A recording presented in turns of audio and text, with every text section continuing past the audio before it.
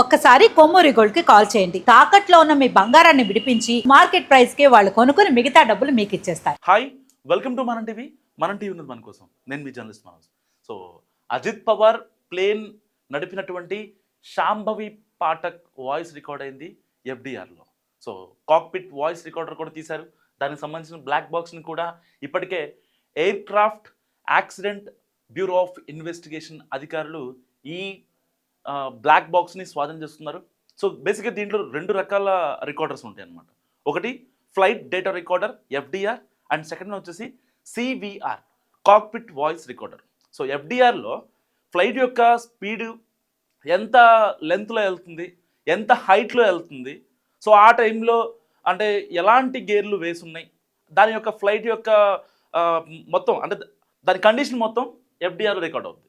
And సివిఆర్లో వచ్చేసి కేవలం ఇద్దరు పైలట్ల యొక్క వాయిస్, వాళ్ళిద్దరూ ఏం మాట్లాడుకుంటున్నారు అండ్ గ్రౌండ్ లెవెల్లో ఉన్న ఏటీసీతో ఎలాంటి కమ్యూనికేషన్ జరుగుతుంది, సో ఆ వాయిస్ మాత్రం ఈ సివిఆర్లో రికార్డ్ అవుతుంది. సో సివిఆర్లో రికార్డ్ అయిన వాయిస్ శాంభవి పాఠక్ది.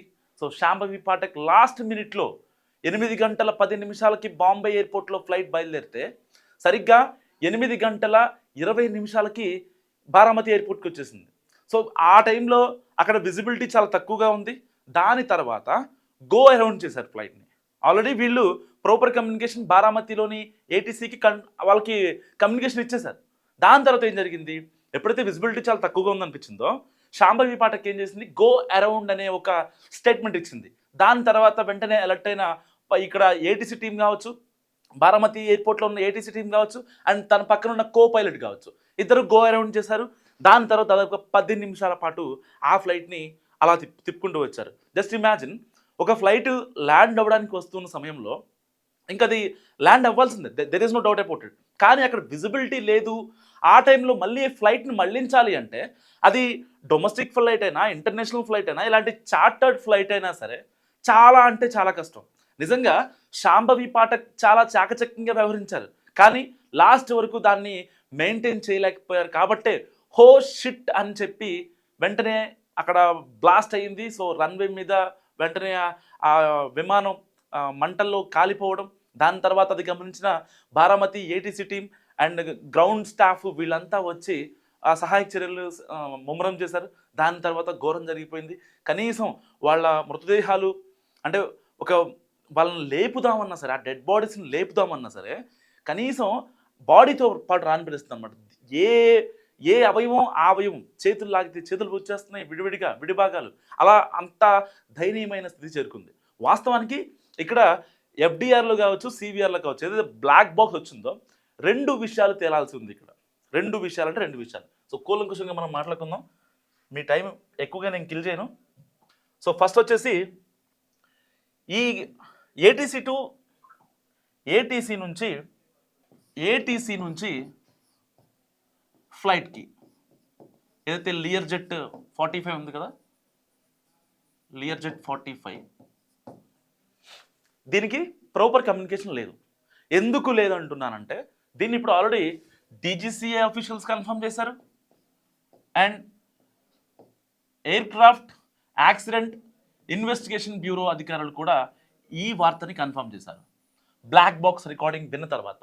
సో బ్లాక్ బాక్స్లో ఏమొచ్చింది, హో షిట్, బ్లాక్ బాక్స్లో ఓ షిట్ అనే వాయిస్ రికార్డ్ అయింది. అంటే already flight Baramati airport runway మీద దిగాల్సిన flight at the height of 175 మీటర్స్లోనే, అంటే సరిగ్గా 8 గంటల 45 నిమిషాలకి, సో ఈ హైట్లో ఇలా ఒకసారి పడిపోయింది. ఎందుకంటే for example already Baramati airport దగ్గర ఎగ్జాక్ట్గా 8:45కి ల్యాండ్ అవ్వాల్సిన ఫ్లైట్ ల్యాండ్ అవ్వకుండా ఒక్కసారి క్రాష్ ల్యాండ్ అయింది. ఎందుకు క్రాష్ ల్యాండ్ అయింది, ఫర్ ఎగ్జాంపుల్ ఒక డొమెస్టిక్ ప్లేన్ కావచ్చు, ఒక ఇంటర్నేషనల్ ప్లేన్ కావచ్చు, సో హైట్ నుంచి ఒక సేమ్ ఫ్రీక్వెన్సీతో అక్కడ టేక్ ఆఫ్ అవ్వాలి అన్నా లేకపోతే ల్యాండ్ అవ్వాలి అన్నా సమ్ పారామీటర్స్ ఉంటాయి. ఆల్రెడీ ల్యాండింగ్కి వచ్చిన ఫ్లైట్ ఈ లియర్ జెట్ 45 విఎస్ఆర్ నడుపుతున్న ఫ్లైట్ మళ్ళీ దాన్ని గో అరౌండ్ చేసి మళ్ళీ ఆన్ ఎయిర్లోకి వెళ్ళి ఎయిర్పోర్ట్ చుట్టూ ఒక ఫుల్ ఆసిలేషన్, ఒక 2 times 3 times ఆసిలేషన్ చేయాలంటే జస్ట్ ఇమాజిన్ ఎంత అక్కడ అంటే పైలట్ ఎంత చాకచక్యంగా ఉండాలి. Already Shambhavi Pathak go around అనే ఒక కీలకమైన డెసిషన్ గో అరౌండ్ అనేది. ఒకవేళ అక్కడ కనుక పొరపాటున ల్యాండింగ్ చేయాలంటే ఆ ఫ్లైట్ ఆల్రెడీ 8:32కే ఫ్లైట్ క్రాష్ ల్యాండ్ అయ్యేది, వాళ్ళందరూ చనిపోయేవాళ్ళు.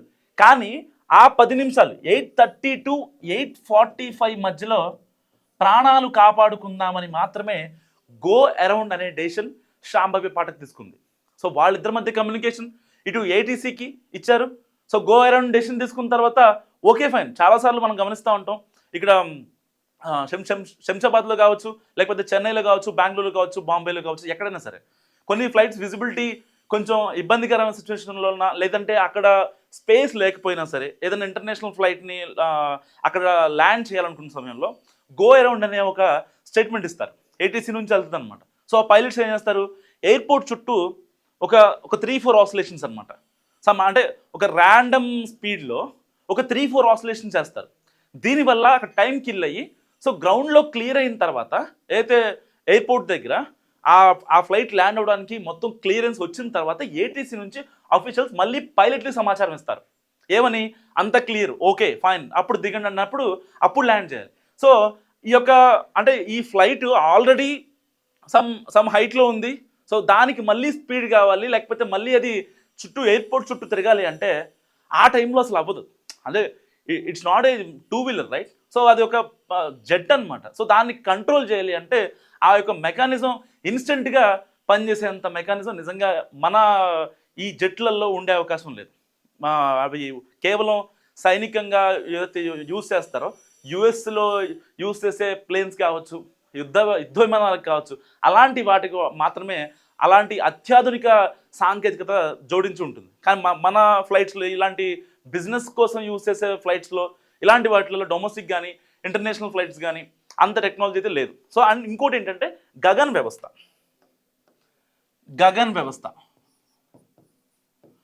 బేసిక్గా గగన్ వ్యవస్థ అనేది ప్రతి ఒక్క ఇంటర్నేషనల్ ఎయిర్పోర్ట్లో ఉంటుంది. International and few of domestic ఎయిర్పోర్ట్స్లో ఈ సిస్టమ్ ఉంటుంది అన్నమాట. ఏంటి గగన్ వ్యవస్థ? ఫర్ ఎగ్జాంపుల్ ఒక ఫ్లైట్ వచ్చి ల్యాండ్ అవ్వాలి, అక్కడ 0 విజిబిలిటీ ఉంది. సో దాని చుట్టూ ఏదైతే ఎయిర్పోర్ట్ చుట్టూ సేమ్ ఇప్పుడు శాంభవి పాఠక్ ఏం చేశారో గో అరౌండ్ చేశారో, ఆ గో అరౌండ్ చుట్టూ ఒక 2-3 times తిరిగినా సరే అవ్వలేదు అనుకోండి, అప్పటికీ విజిబిలిటీ వర్షం కావచ్చు, లేకపోతే పొగమంచు కావచ్చు, ఇలాంటి కారణాల దిగలేని పరిస్థితి ఉంటే ఏటీసీ దగ్గర నుంచి మనకు ఉంటుంది కదా, ఏటీసీ ఒక ఎయిర్పోర్ట్ దగ్గర ఒక పెద్దది ఉంటుంది కదా, ఎయిర్పోర్ట్ దగ్గర ఒక పెద్ద రౌండ్గా ఉంటుంది కదా, దాన్ని ఏటీసీ అంటారు. సో ఆ ఏటీసీ నుంచి ప్రాపర్గా సిగ్నల్స్ రావాలి. ఏటీసీ దగ్గర నుంచి సిగ్నల్స్ రాని పక్షంలో నిజంగా పైలట్లు కొంచెం ఇబ్బంది పడతారు. అంటే బ్యాక్ వెళ్ళిపోవాలా, లేకపోతే ఇంకెన్ని ఆసిలేషన్స్ చేయాలి. సో ఇలా ఆన్ ఎయిర్లో స్ట్రైట్గా వెళ్ళిపోవడం ఈజీ, కానీ ఆసిలేషన్స్ ఇలా రౌండ్గా ఆసిలేషన్ చేయడం చాలా కష్టం. సో అలాంటి నేపథ్యంలో వాళ్ళకి ఒక గగన్ వ్యవస్థ అనేది ఉంటుంది. బేసిక్గా ఇంటర్నేషనల్ ఎయిర్పోర్ట్లో అన్నింటిలో ఈ వ్యవస్థ ఉంటుంది, చాలా ఖర్చుతో కూడుకున్న వ్యవస్థ. ఇప్పుడు డొమెస్టిక్లో కూడా దీన్ని ప్లాన్ చేస్తున్నారు యాక్చువల్గా. సో ఏదైతే అజిత్ పవార్ వెళ్ళిన లియర్ జెట్ 45 విఎస్ఆర్ సంస్థ ఏదైతే నడుపుతుందో, ఈ ఫ్లైట్కి కూడా గగన్ వ్యవస్థ కావాలని చెప్పి సరిగ్గా 25 రోజుల క్రితం ప్రతిపాదనలు వెళ్ళాయి. సో ఇదేంటి, ఒక భూ ఆధారిత వ్యవస్థ. అంటే ఏటీసీ దగ్గర నుంచే ఉండే కంట్రోల్ చేసే ఒక సిస్టమ్ అనమాట. ఎలాంటి ఇబ్బందికరమైన పరిస్థితుల్లో గగన్ వ్యవస్థ కనుక ఏటీసీలో ఉంటే ప్రాపర్గా, అంటే ఇక్కడ విజిబిలిటీ 0 అయినా సరే, అక్కడ వర్షం పడినా లేకపోతే ఇంకోటైనా సరే, డైరెక్ట్ శాటిలైట్ టు వ్యూ వస్తుంది. ఆ వ్యూ పాయింట్ త్రూగా ఈ యొక్క ఫ్లైట్ని ఈజీగా ల్యాండ్ చేసే కెపాసిటీ ఈ గగన్ వ్యవస్థకు ఉంది. అలాంటి గగన్ వ్యవస్థ కరెక్ట్గా ఈ లియర్ జెట్ 45కి 25 రోజుల ముందే ప్రతిపాదనలు వచ్చాయి. కానీ దానికి అంటే కొంచెం ఖర్చుతో కూడుకున్న వ్యవస్థ కాబట్టి విఎస్ఆర్ కొంచెం దీనికి అభ్యంతరం చెప్పింది. దాని తర్వాత చేసుకున్న ఏదైతే ఈ లియర్ జెట్ 45 కావచ్చు, 75 కావచ్చు, ఆల్రెడీ 2009లో లియర్ జెట్ 45 ఎప్పుడైతే ఇంకా ఆ సంస్థ క్లోజ్ చేసిందో, దాని తర్వాత లియర్ జెట్ 75ని లాంచ్ చేస్తుంది. సో దాంట్లో మళ్ళీ ఈ గగన్ వ్యవస్థ ఉంది. అంటే అత్యాధునికమైన ఈ గగన్ వ్యవస్థ లేకపోవడం కూడా ఒక రకమైన ప్రాబ్లం అనుకోవచ్చు. అండ్ పర్టికులర్గా ఈ ఎఫ్డిఆర్లో అండ్ సివిఆర్లో రికార్డ్ అయిన హోషిట్ అని శాంభవి పాఠక్ చెప్పింది.